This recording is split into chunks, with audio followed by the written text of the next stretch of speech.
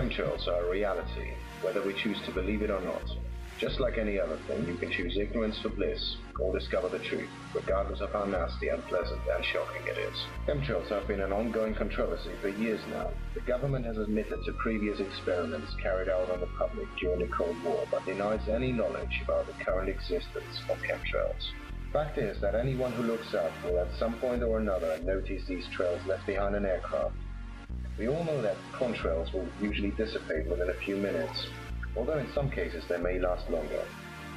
Aircraft contrails consist of harmless chemicals found in our atmosphere, such as oxygen, nitrogen, hydrogen, and carbon dioxide. Chemtrails, on the other hand, consist of harmful elements such as zinc, cadmium sulfide, aluminium, and barium.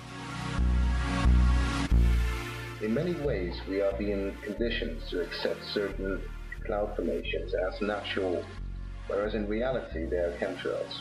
This can make it very difficult to distinguish the difference.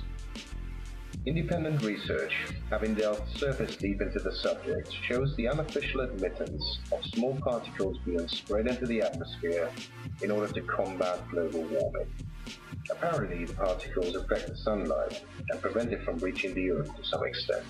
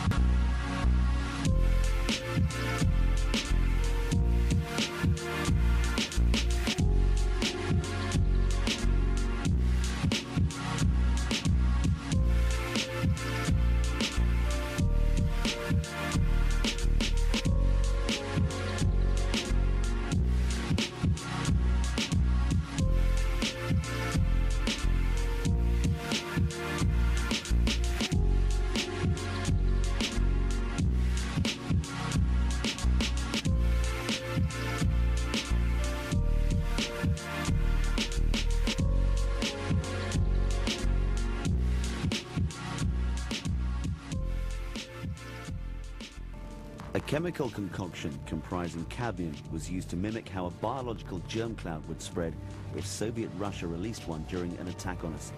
Rural Bedfordshire was sprayed from aircraft and, more shockingly, from a converted lorry. The city of Norwich was hit over a sustained period.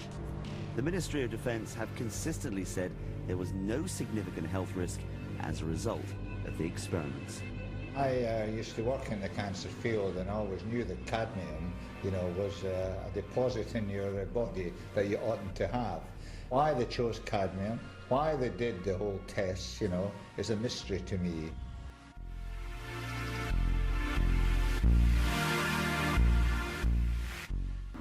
The rumours were rife about this. They were experimenting with different things.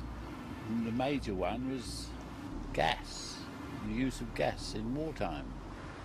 What you don't know, you don't worry about. So if they're doing something that they haven't told you about, then the fewer people that know about it, then it's a better kept secret, isn't it?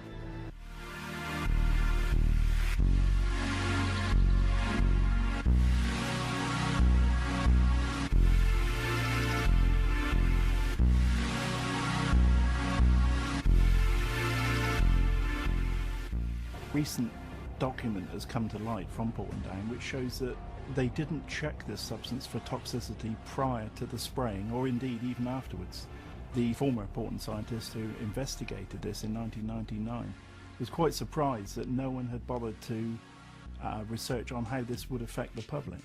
The amount of cadmium we're exposed to anyway, which is released by industry into the atmosphere, is very much greater than anyone was exposed to from this. The population of Norfolk, the population around Bedford, in fact the whole east of England, could still be at risk from future experiments, which the Ministry of Defence refused to rule out.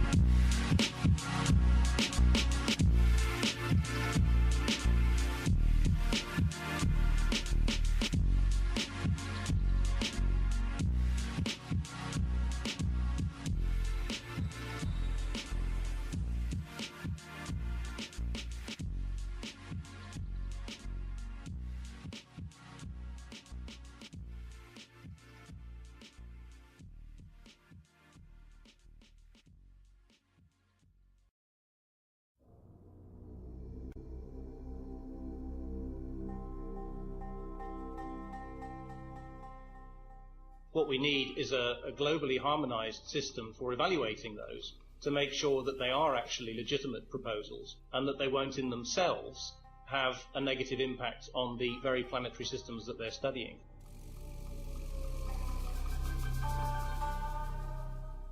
So how are people in this area communicating all of this with policymakers? I mean, we had Sir John Beddington before us recently. I mean, what are you doing to get the ear of people like him in government? I have to say I don't know, but I'm sure you see the point that I'm making. You know, I mean, you're coming along here today, both of you, with saying, you know, this is in its infancy, but we've got some interesting ideas to take forward. And unless you are able to create that critical mass of involvement and to grab the other policymakers, then you're not going to get very far, right? Well, the policy influences on governments tend to be made through scientific groups. There's the Royal Academy of Engineering is pressing in that direction through its president. The Royal Society is pressing for progress in that direction. I know the Institution of Mechanical Engineers, to which I belong, is very active in that. So you think we're going to have relatively soon a critical mass of evidence and arguments that government departments like DEFRA and DIAS will have to take notice of? Well, partly I would say we haven't got all the evidence, but we cannot afford to wait. Predictions of the way global temperatures will increase, and from the present they fan out. There are many different models giving somewhat different results, but they all go in one direction, and so the urgency is not entirely established. Okay. Are there any governments in the world? I mean, we know in the past, certainly it's been reported in a small scale that countries like China, even as recently as the Olympics, and the Soviet Union have experimented with things that will actually change the climate temporarily.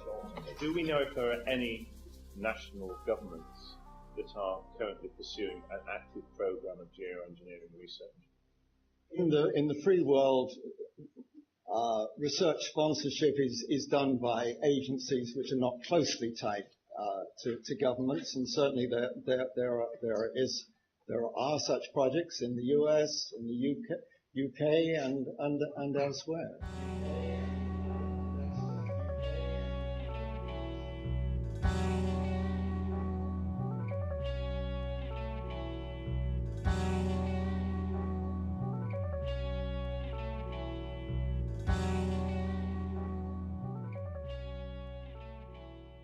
The government has instructed a variety of independent bodies to convey their messages and execute their experiments.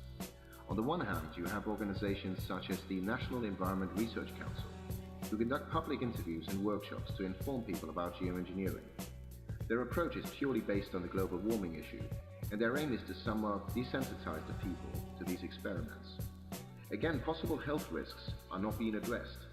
Neither is any real information being disclosed. All that is done is given inaccurate and vague information about climate change and how the experiments that are carried out are for the benefit of the planet. In reality, they are nothing but a distraction think tank, although most of their staff on the lower levels are not aware of this and actually believe they're doing good. The Center for International Governance Innovation is yet another interesting organization to look at. Their scientists do the research on our government's behalf, both in the USA and in Europe, as well as many other countries in the world. They are the ones who inform the public, however only ever tell us what they have been instructed to by those in the higher levels of the government. They receive funding from the government as well as globalist industry. The name alone is giving it away. International governance? If you take the definition of the words innovation, international, and governance, you can clearly see that it depicts an intention for a global governance agenda and furthermore supports the New World Order. Contractors who carry out these experiments include Raytheon, who have been involved in a number of shady ventures in recent years, as well as BAE Systems and General Electric.